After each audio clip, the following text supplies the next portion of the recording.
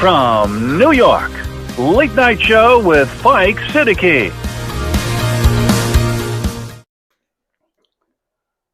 Bismillahirrahmanirrahim. Allahumma salli ala Muhammadin wa ala ali Muhammad. Welcome to the show. My name is Faiq Izhar Hussain Siddiqui.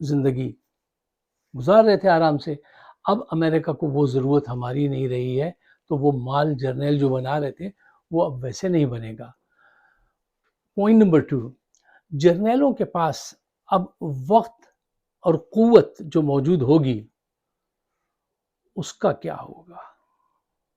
جی, وہ پاکستان کو hard state بنانے کے چکر میں اپنا سارا وقت, انرجی اس طرف لگائیں گے اگر ایسا کیا انہوں نے, جس کے چانسز نظر آ رہے ہیں. پوائنٹ نمبر 3, اگر انہوں نے ایسا کیا تو یہ بہت بڑی بدنصیبی کا کام ہوگا, بہت خطرناک بات ہوگی کہ آپ ساری توجہ اس طرف لگائیں گے اور اپنی قوت کا اظہار یہاں پہ کریں گے.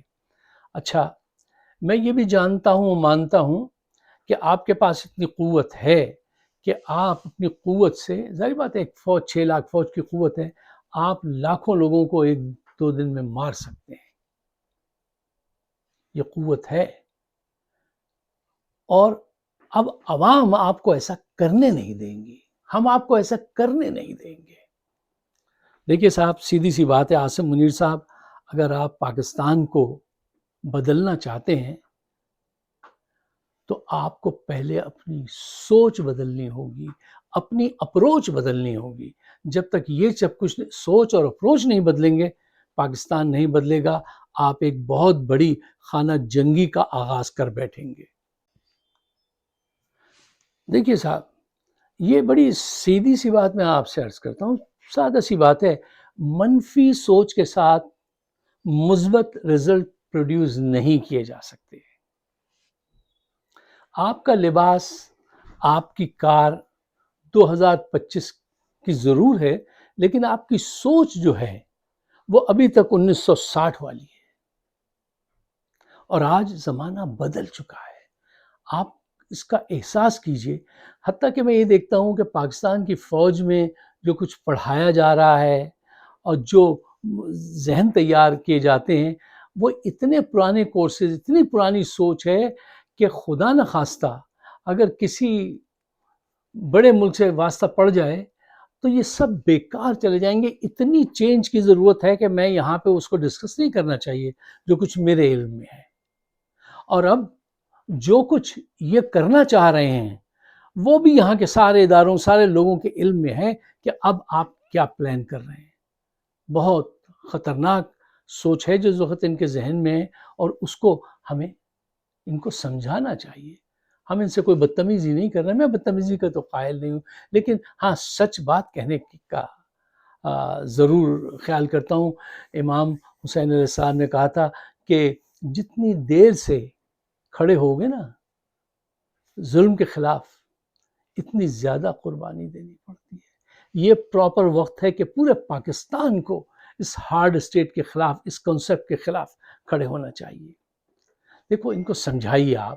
دنیا کا کوئی بھی ریولوشن, کوئی بھی انوینشن, کوئی بھی کسی معاشرے میں کوئی بریک تھرو ہوتی ہے نا بڑی, تو وہ کیسے ہوتی ہے؟ وہ سوچ بدلنے کی وجہ سے ہوتی ہے, وہ نئی سوچ کی وجہ سے وہ کامیابی حاصل ہوتی ہے. یہ پرانی سوچ سے نہیں ہوتی. نیا لباس اور پرانی سوچ نہیں, یہ لگا نہیں کھاتے, یہ پاسبل نہیں ہے.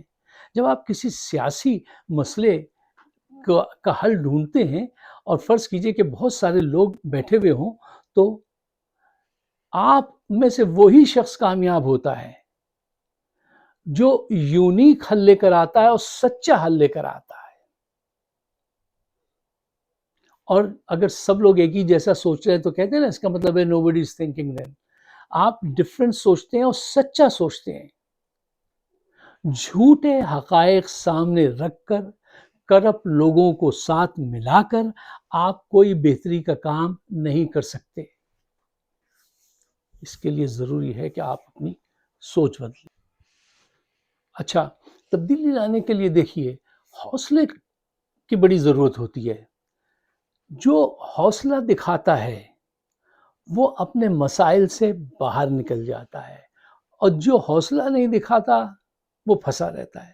عاصم منیر صاحب کو شرمانا نہیں چاہیے, یہ نہیں سوچنا چاہیے کہ میرے دوست کیا کہیں گے. حوصلہ دکھانا چاہیے. جیسے تاریخ میں بڑے لیڈران نے دکھایا ہے۔ عمران سے بات کرو، عمران سے مل کر کام کرو، اپنی ذات کو چھوڑو کہ تم سے استعفیٰ لے لیا تھا اور تمہاری بات نہیں مانی تھی۔ اگر بڑے آدمی ہو نا تو ان چیزوں سے ابو ہو گئے، اور چھوٹے آدمی ہو تو اسی میں پھنسے رہو گے۔ یہ سیدھی سی بات ہے۔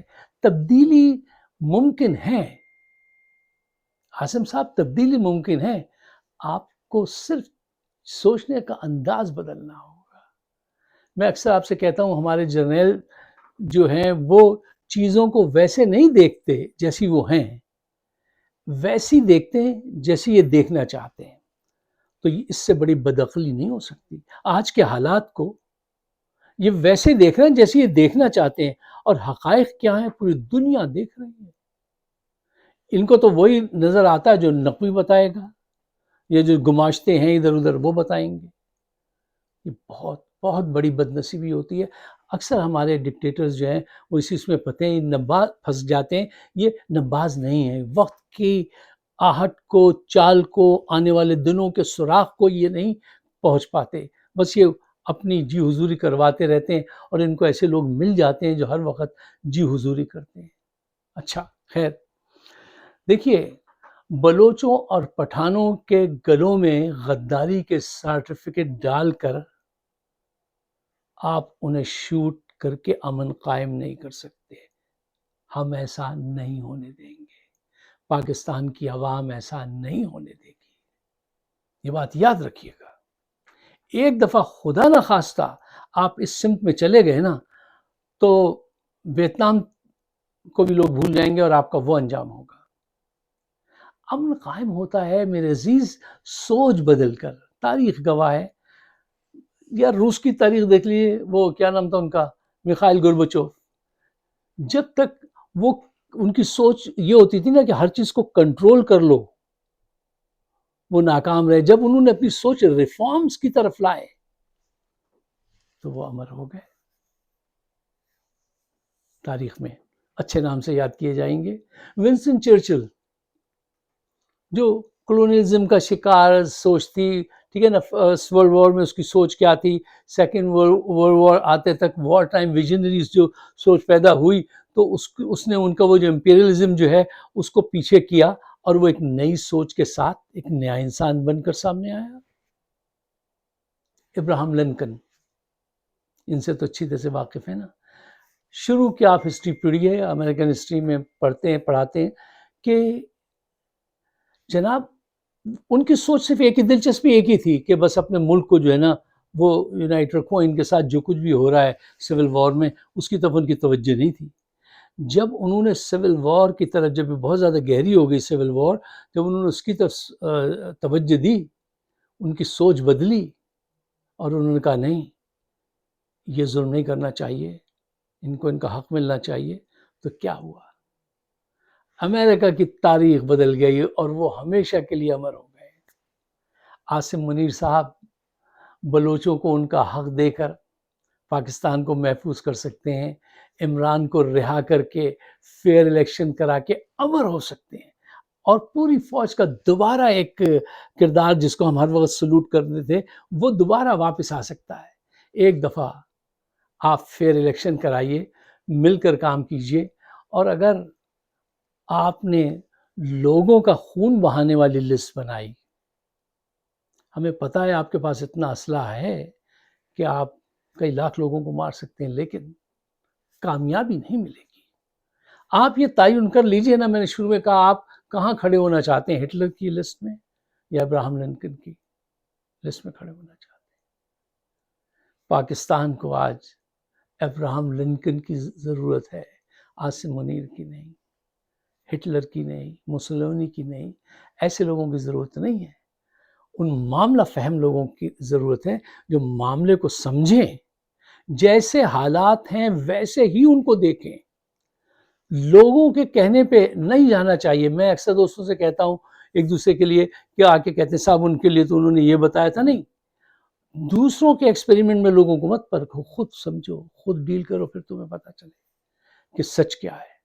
لوگوں کی رائے سے رائے قائم نہیں کرنی چاہیے، اپنی رائے قائم کرو خود۔ خدا کرے کہ اتر جائے تیرے دل میں میری بات، ان کو سمجھائیے، پیار سے سمجھائیے اور دعا بھی کیجیے اور ان کو سمجھائیے بھی. کیوں؟ اس کے علاوہ اور کوئی رستہ آپ مجھے بتا دیجئے، کوئی اور ایسا پاسبل طریقہ ہے کہ جتنے بڑے طوفان کی طرف یہ جانا چاہتے ہیں اس سے ہم بچ جائیں. آواز اٹھانے سے ہم بچیں گے، ان کو سمجھانے سے ہم بچیں گے. اور جو لوگ سمجھاتے ہیں آپ ان کو دھمکیاں دلواتے ہیں. اس کو دھمکی دلوا دی وقار ملک کو، وہ اتنا جینیس بندہ ہے، اس نے ایسے کاغذات تیار کیے ہیں کہ دھمکی دینے والا، دھمکی پہنچانے والا ایک ایک ایسے ٹنگے گا کہ وہ کہیں گے یار یہ ہم نے چھوٹی سی غلطی کی تھی. وہ اتنا جینیس تھارو ریسرچ کرنے والا بندہ ہے. دھمکی دلوا دی. دھمکی سے کیا ہوتا ہے؟ حالات نہیں بدلتے، قسمت نہیں بدلتی، کامیابی نہیں ہوتی. یہ سب ہتھ کنڈے منفی ہوتے ہیں، چھوٹے ہوتے ہیں.